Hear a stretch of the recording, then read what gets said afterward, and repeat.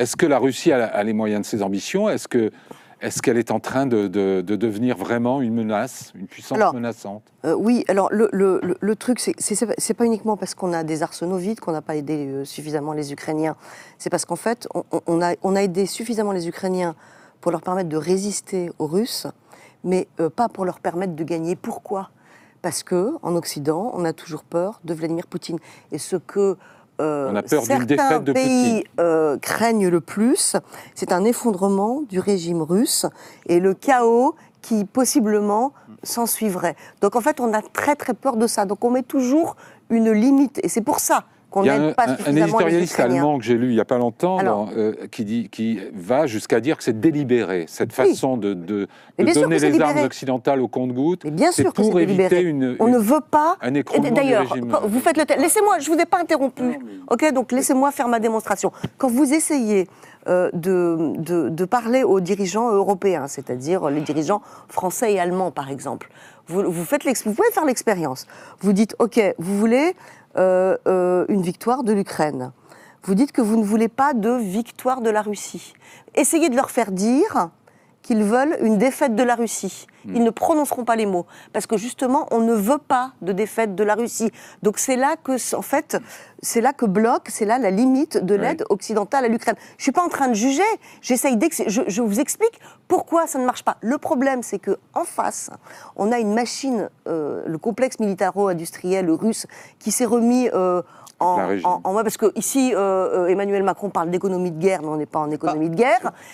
Là-bas, Poutine fait ça, et l'économie de guerre, elle arrive en 24 heures. C'est-à-dire qu'on dit le complexe militaro-industriel a de beaux restes, les usines fonctionnent 24 heures sur 24, et les obus et les tanks arrivent sur le front. Comme en plus, ce n'est pas une démocratie.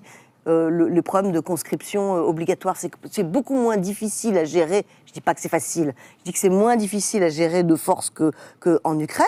Et petit à petit, la Russie est en train de reprendre l'ascendant militaire sur l'Ukraine. C'est exactement ça qui est en train de se passer. Et donc vous êtes en train de... C'est les drones. Il y a deux fois plus de drones aujourd'hui du côté russe que cet été. Attendez, on est à 60-40 en 60% de drones alors que c'était l'inverse du côté russe aujourd'hui, alors que c'était de l'inverse cet été. Et juste un chiffre pour vous résumer le problème. On se moque de la Corée du Nord et de l'Iran, et on dit si la Russie a des alliés comme ça, ils sont devenus vraiment très très bas, etc.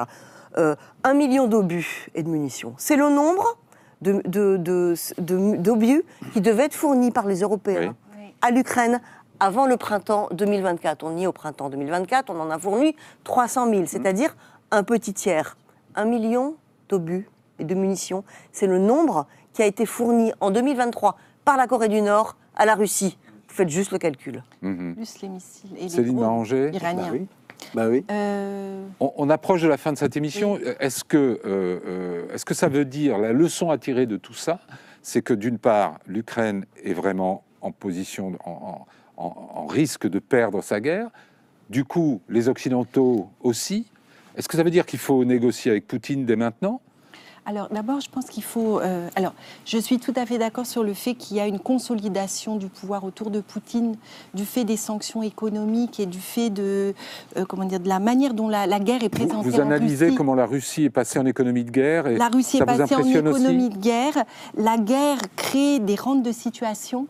La guerre donne à des hommes, notamment dans les provinces, qui n'avaient aucune perspective, elle leur donne une raison d'être, elle leur donne une nouvelle dignité et surtout, elle leur apporte énormément d'argent. C'est-à-dire, et par ailleurs, la Russie, en 2022, a eu, du fait de l'augmentation des prix du pétrole, un excédent par rapport aux exportations, aux exportations de pétrole de 160 milliards de dollars, qui lui a permis, je peux finir, qui lui a permis de financer en fait l'effort de guerre et ce passage à une économie de guerre. Donc on est face à un État qui se renforce, voilà, qui a ses fragilités, on n'a pas le temps maintenant, mais qui a ses fragilités, et qui a su s'approvisionner de manière efficace, à la fois en Iran avec les drones, avec peut-être des missiles balistiques, et puis, c'est en négociation, et puis en Corée du Nord.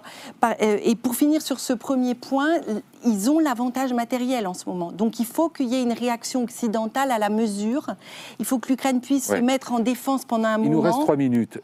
La guerre renforce la Russie, elle affaiblit le camp occidental. Qu'est-ce qu'il faut faire? Quelque chose sur l'Ukraine. L'Ukraine a des ressources. Et la première des ressources en Ukraine, je pense que vous ne me contredirez pas, c'est la force morale. Oui. La force morale de cette population, la détermination de cette population, qui reste pleinement acquise à l'idée qu'il faut... Il y a quand même des failles, hein, Patrick Saint-Paul. Oui, il n'y a pas des failles, tout le monde est d'accord sur l'objectif. Exactement. En revanche, et personne, l'Union sacrée, personne qui m'a dit qu'il faut négocier avec Poutine. Voilà. En revanche, il y a un décalage entre les soldats qui sont sur le front depuis 2 ans et ceux qui boivent des espressos dans les bistrots à Kiev. Et donc, il y a un ressentiment... Il y a un ressentiment des soldats sur le front à l'égard de ces gens qui sont dans les villes. Mais pour illustrer le problème des obus dont parlait Isabelle, il y a juste, moi, un chiffre qui m'a vraiment parlé quand j'étais là-bas. Il y a un commandant auquel on a fixé pendant la contre-offensive l'objectif de reprendre 2 km de territoire aux Russes. Il m'a dit, pour prendre ces 2 km, il fallait entre 1500 et 2000 obus. Combien est-ce qu'on m'a donné? 60 obus. Et donc ça, c'est un problème. Ils n'ont pas assez d'obus pour faire la guerre. On est presque à la fin. Franchement, est-ce qu'il faut négocier avec Poutine? Un tout petit mot de conclusion. La leçon que je tire de tout ça, c'est si on veut faire la guerre, autant être prêt. Voilà. Sinon, on trouve des moyens de faire autrement. On n'est pas prêt. Poutine n'était pas prêt non plus. Apparemment, non, mais on a créé une situation où la guerre était inévitable. D'abord, elle avait commencé en 2014. En Crimée. Oui. Donc, quand on n'est pas prêt à faire la guerre, on ne la fait pas. On ne prétend pas. Est-ce qu'il faut négocier avec Poutine? À un moment, le problème, c'est que lui n'a pas besoin de négocier. Lui, il attend maintenant l'élection de Trump. Le temps de la négociation est passé? La négociation était possible en mars 2022 à Istanbul. Et elle a été une nouvelle fois refusée par les Américains et Boris Johnson à un moment où Zelensky lui-même voulait négocier. Aujourd'hui, à mon sens, Poutine va attendre. Le rapport de force est... Isabelle Lasserre, est-ce qu'il faut encourager les Ukrainiens à négocier? Surtout pas. Ce serait donner une prime à Vladimir Poutine. Et de toute façon, Vladimir Poutine ne veut pas négocier à moins d'une capitulation totale des Ukrainiens, ce qui aujourd'hui est impossible. Le temps de la négociation n'a jamais existé depuis le début de cette invasion en 2022 et il n'est pas encore arrivé. Patrick Saint-Paul.